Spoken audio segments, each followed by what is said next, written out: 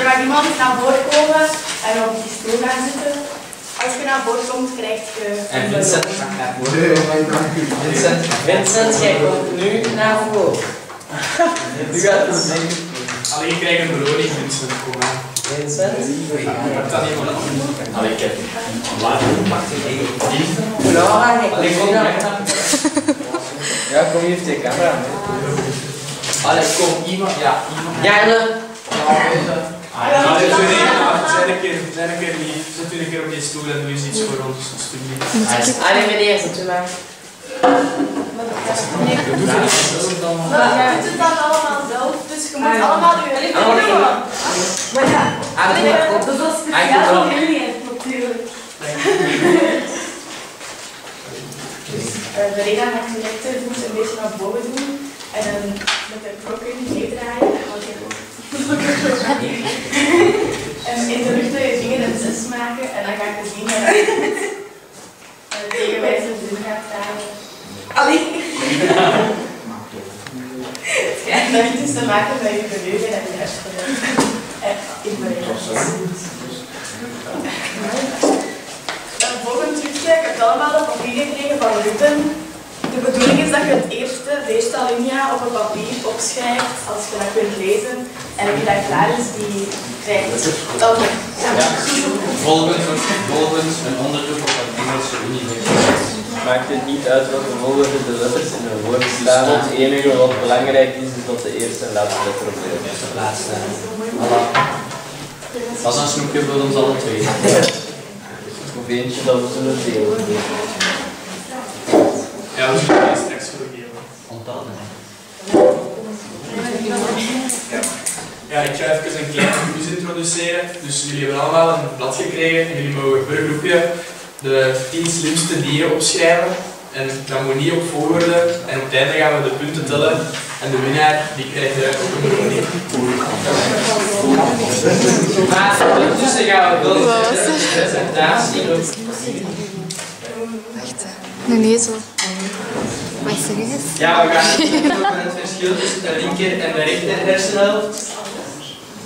Hier zien jullie dus een paar verschillen. De linker hersenhelft bevindt zich in orde, veilig kan je daar ook in en de woorden komen daar terecht.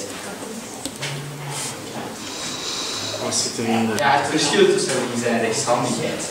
Wie dat linkshandig is, is meestal ook een homo, want bij rechtshandigen komt homoseksualiteit meestal niet voor. Dat is toch zelden. De linkshandigen zijn meestal intelligenter en ook creatiever, zoals bijvoorbeeld Leonardo da Vinci, Paul McCartney en Kurt Cobain. Dat zijn allemaal het zijn allemaal linkshandigen, dus dat is geen toeval, die zijn allemaal zeer creatief. Wat ook gebleken is dat linkshandigen sneller sterven, namelijk 9 jaar eerder dan rechtshandigen. Wie dat linkshandig is, is meestal linksvoetig en dat geldt dan ook voor rechtshandigen, die zijn ook meestal rechtsvoetig. In de wereld zijn er meer vrouwelijke linkshandigen dan rechtshandigen. Hoe kan je het merken bij babytjes? De linkshandigheid of rechtshandigheid ontwikkelt zich pas vanaf het 6e levensjaar. De eerste maanden zijn de meeste 9 op de 10 baby's rechtshandig. Bij ongeboren baby's kan je het ook zien wanneer de baby met zijn rechterkant dichter bij de buikwand van de moeder ligt. Het gevolg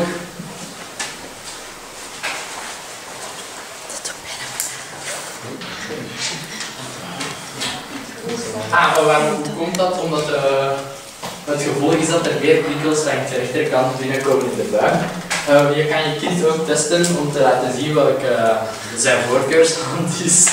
Zo kan je bijvoorbeeld een muziekdoosje geven aan het kind en dan kan je zien als hij het aan zijn rechteroor houdt, dan is hij rechtshandig en als hij het aan zijn linkeroor houdt, is hij linkshandig.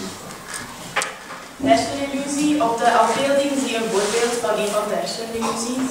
Hersenillusie is het foutief waarnemen van de werkelijkheid. Het is een soort van gezichtsbedrog waarbij je iets gaan waarnemen en je hersenen dat eigenlijk niet goed kunnen interpreteren. Zien is een synthese van diverse aspecten waar je elke facette nu kunt miszien. Enkele voorbeelden daarvan zijn helderheid, kleur, afstand, dimensie, mama tegen iemand zeggen of tante Julia die dat helemaal niet kent. Bij vele illusies neem je iets foutief waar, maar tegelijkertijd ga je ook beseffen wat er eigenlijk echt achter zit. Dat komt omdat zien niet in dezelfde hersendelen zit als weten. Bij zwaardere illusies wordt je helemaal voor schut gezet, bijvoorbeeld bij 3D-effecten in films. Een voorbeeld van de Ameskamer. Hier is een foto daarvan. Ameskamer is waar alles groter lijkt, of juist kleiner. De gravitatiegreuvels, dat is een filmpje, maar daarmee mag ik veel tijd verliezen. Dat is een afbeelding waar dat je ziet dat er eigenlijk bergen staan, maar in de realiteit gaat die bergen eigenlijk bergaf.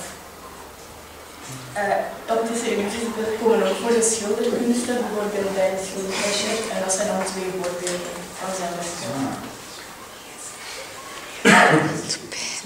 Dan de hersenstoornissen.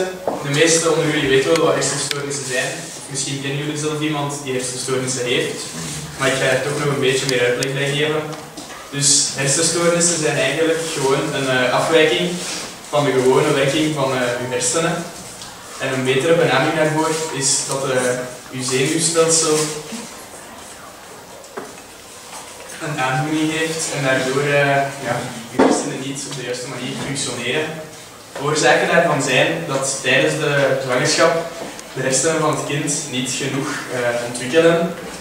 Maar dit kan ook komen door de ziekte die een moeder heeft tijdens de zwangerschap en dat kan dan overgezet worden op het kind.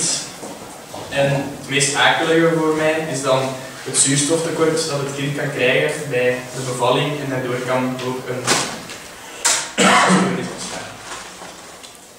Dan, hoe kan je het gemakkelijkste zien bij kind? In het begin is het heel moeilijk om dat vast te stellen, omdat de hersenen nog niet goed ontwikkeld zijn.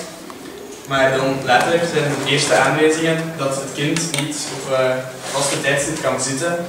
Of bijvoorbeeld na 3 maanden moet een kind normaal een voorwerp kunnen vastgrijpen.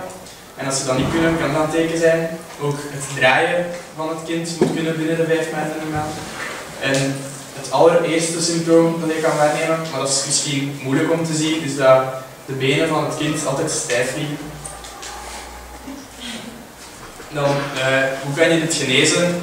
Het echt genezen is onmogelijk, maar je kan dit wel vertragen, de evolutie ervan, of je kan het ook verzachten. Daarvoor moet je zware oefeningen doen bij een kinesist om de motoriek te verbeteren, of bij een psycholoog gaan om het nadenken en zo te bevorderen. Dan hersentumors. Hersentumors die ontstaan door overmatige celdeling in het centrale zenuwstelsel. Dat zijn de hersenen, oftewel het ruggenmerg. De primaire hersentumors komen uit het hersenweefsel of de hersenvliezen en tumors kunnen uitzaaien, dus ontstaat er kanker.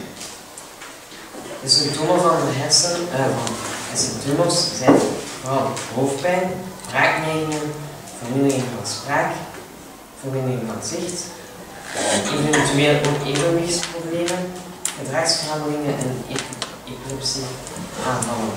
Dus dat is niet specifiek voor hersentumors, dat kan ook gebeuren bij andere ziektes, maar als het blijft aanlopen en blijft zijn de symptomen, moet je wel de dokter raadplegen. Dan behandeling dan. Je kan geopereerd worden, bestraald worden of chemotherapie. De behandelingsmogelijkheden worden bepaald door verschillende punten, namelijk het type, grootte, de plaats van de hersentumor, of de leeftijd van de persoon zelf. Of de conditie, is hij gezond of heeft hij een ziekte dat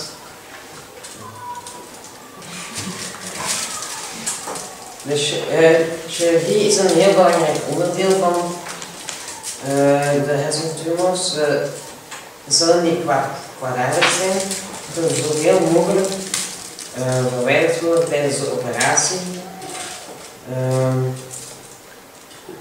Hierbij wordt ook een opening in de schedel gemaakt en daarbij is het doel het zenuwweefsel niet te beschadigen. De operatie is ook niet altijd mogelijk. Dan de bijwerkingen. Er kan vocht oplopen.